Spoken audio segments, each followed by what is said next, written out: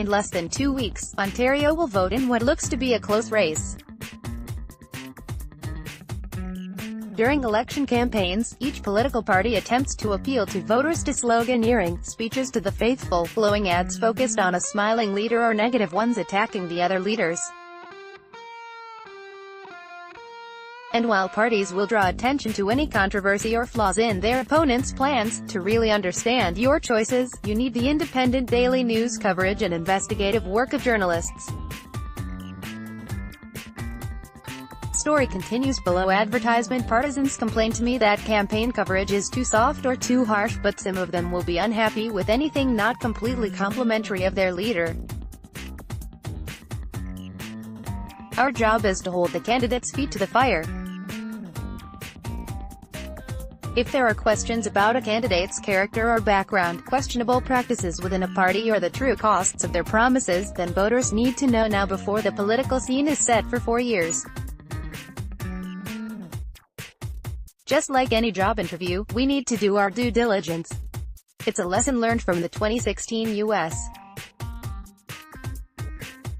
presidential election, when some media twisted themselves into not offering equal time and treatment to the candidates, when they should have just followed the news, asked tough questions, found out more information, and not tried to give equal weight to every scandal and controversy. A study by the Harvard Kennedy School's Shorenstein Center on Media, Politics and Public Policy titled "How the Press Failed the Voters" found both Hillary Clinton and Donald Trump received massive amounts of negative coverage, which was also extremely light on policy. The study found that civility was overtaken by those who are skilled in the art of destruction. The car wreck that was the 2016 election had many drivers. Journalists were not alone in the car, but their fingerprints were all over the wheel. Author Thomas Patterson said, on topics relating to the candidate's fitness for office, Ms. Clinton and Mr. Trump's coverage was virtually identical in terms of its negative tone. Were the allegations surrounding Clinton of the same order of magnitude as those surrounding Trump? Professor Patterson asks.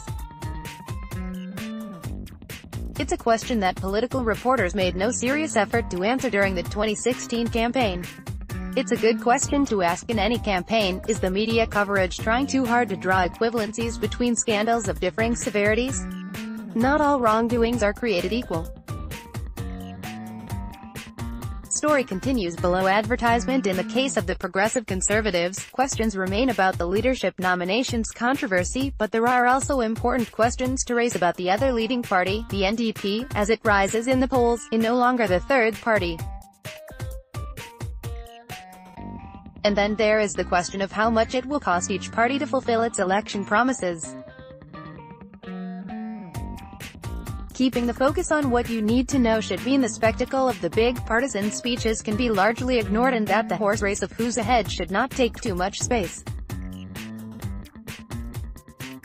Besides the partisans, the only complaints I have had come from one reader who wants more coverage and another who felt the headline was credulous in showing a leader's promise without the healthy dose of skepticism.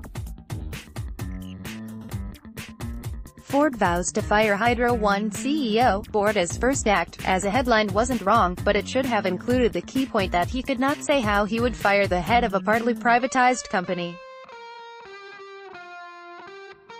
Many headlines have been much more critical, such as this one a few days later. Ford, Horwath vague on respective plans for lower gas prices, childcare.